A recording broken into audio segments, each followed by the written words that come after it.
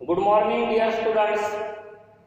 आज का हमारा टॉपिक है परपेंडिकुलर एक्सेस थ्योरम या परपेंडिकुलर एक्सेस प्रिंसिपल भी कहा जाता है। यह परपेंडिकुलर एक्सेस थ्योरम क्या होता है, कहाँ अप्लाई किया जाता है, तो हमें यहाँ स्ट्रेट एंड ट्रू इस प्रकार से पूछा जा सकता है और बाद में फिर अपन उसके एप्लीकेशंस भी देखेंगे। तो ये जो परपेंडिकुलर एक्सेस थ्योरम है ये लैमिनर बॉडीज को अप्लाई किया जाता है।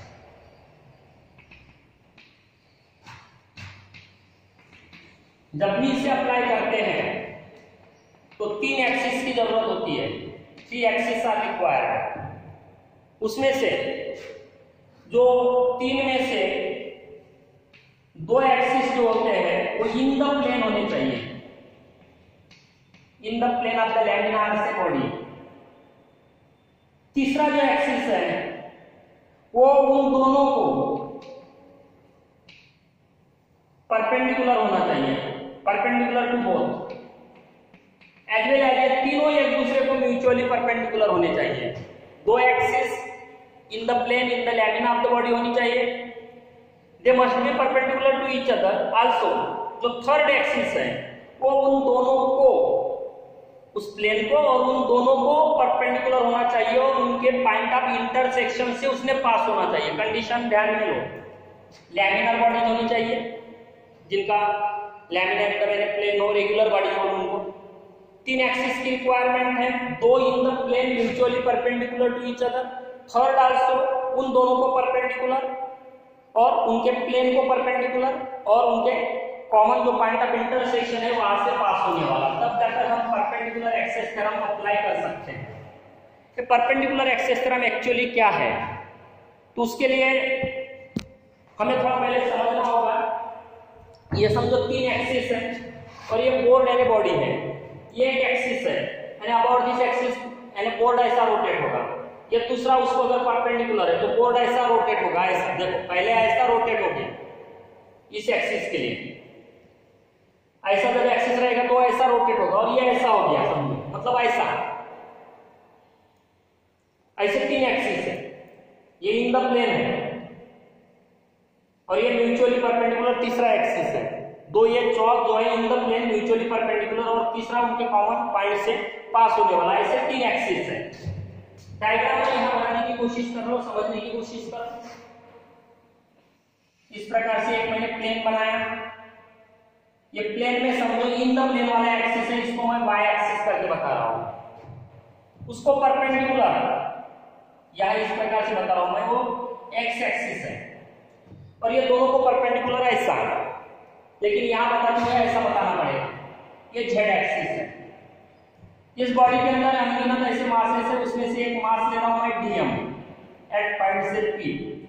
उसका वाई एक्सिस से परपेंडिकुलर डिस्टेंस है समझो एक्स और एक्स एक्सिस से परपेंडिकुलर डिस्टेंस है वाई, और यहां से लेके ऐसा जो परपेंडिकुलर डिस्टेंस रहेगा जेड से, लेकिन नोट्स में मैंने उसको आर से बताया तो उसको आर से बता रहा है। जब बॉडी मतलब ये बोर्ड समझो अबाउट वाई एक्सिस ऐसा रोटेट हो रहा है, वाई एक्सिस, उस समय का उसका मोमेंट ऑफ इनर्शिया है समझो आई सिक्स वाई पूरे बोर्ड का। जो अबाउट एक्स एक्सिस अगर रोटेट हो रहा है, अबाउट एक्स एक्सिस, उस समय का मोमेंट ऑफ इनर्शिया है समझ लो आई एक्स। पर जब वो अबाउट जेड एक्सिस, इस एक्सिस के अबाउट ऐसा रोटेट हो रहा है समझो, तो मोमेंट ऑफ इनर्शिया है I Z.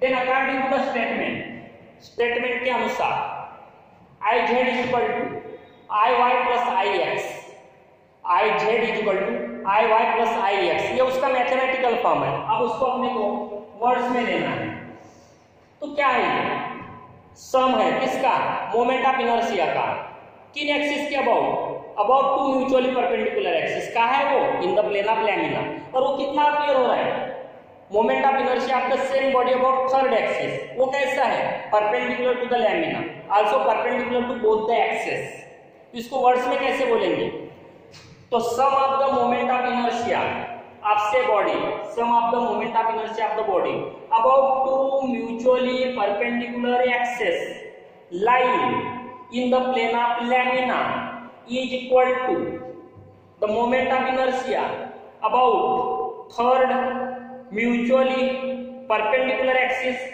passing through their point of intersection. Moment of inertia about the third mutually perpendicular axis passing through the point of intersection of both the axes. एक बार और देखो.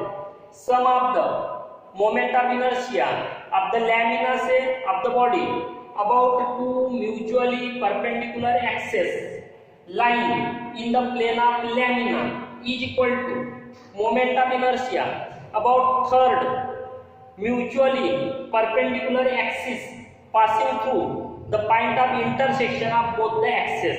यह स्टेटमेंट इसको prove करना है. इसे prove करने के लिए हमने को सबसे पहले आई वाई निकालना पड़ेगा और बाद में आई एक्स निकालना पड़ेगा और बाद में आई जेड निकालना पड़ेगा. हमें पता है general formula moment of inertia का, it is mass into square of the distance from axis of rotation. ये जनरल फार्मूला है मोमेंट ऑफ इनर्शिया का किसी भी मास के लिए, किसी भी मास के लिए. तो समझो इस लैमिना के अंदर बहुत सारे मासेस है, उसमें से एक मास ले रहे हैं हम डीएम. उसका अगर मैं y एक्सिस के लिए मोमेंट ऑफ इनर्शिया लेना चाहता हूं तो डी आई वाई बोलूंगा मैं केवल उस मास का. तो डीएम और उसका परपेंडिकुलर डिस्टेंस y एक्सिस से परपेंडिकुलर डिस्टेंस कितना रहेगा x. तो ये हो जाएगा dm इनटू x स्क्वायर. ये एक मास का हो गया. ऐसे बहुत सारे मासेस हैं तो सबको जब मिलाऊंगा मैं तो इंटीग्रेट करना पड़ेगा डी आई वाई को. तो ये हो जाएगा dm into x square in integration. Similarly, अगर आप i y की बात करते हो, it is dm into y का स्क्वायर हो जाएगा, क्योंकि यहाँ उस मास पार्टिकल का x एक्सिस से जो डिस्टेंस है वो क्या है मास. तो मास into square of the distance. अगर दोनों को मिला लेते हो तो ix plus I Y integration में dm y square plus integration में dm x स्क्वायर हो जाएगा. dm दोनों में है, x square plus y square bracket में आ जाएगा. अगर डायग्राम में चलते हो ये हाइपोटेनस अपीयर हो रहा है, ये x ये y.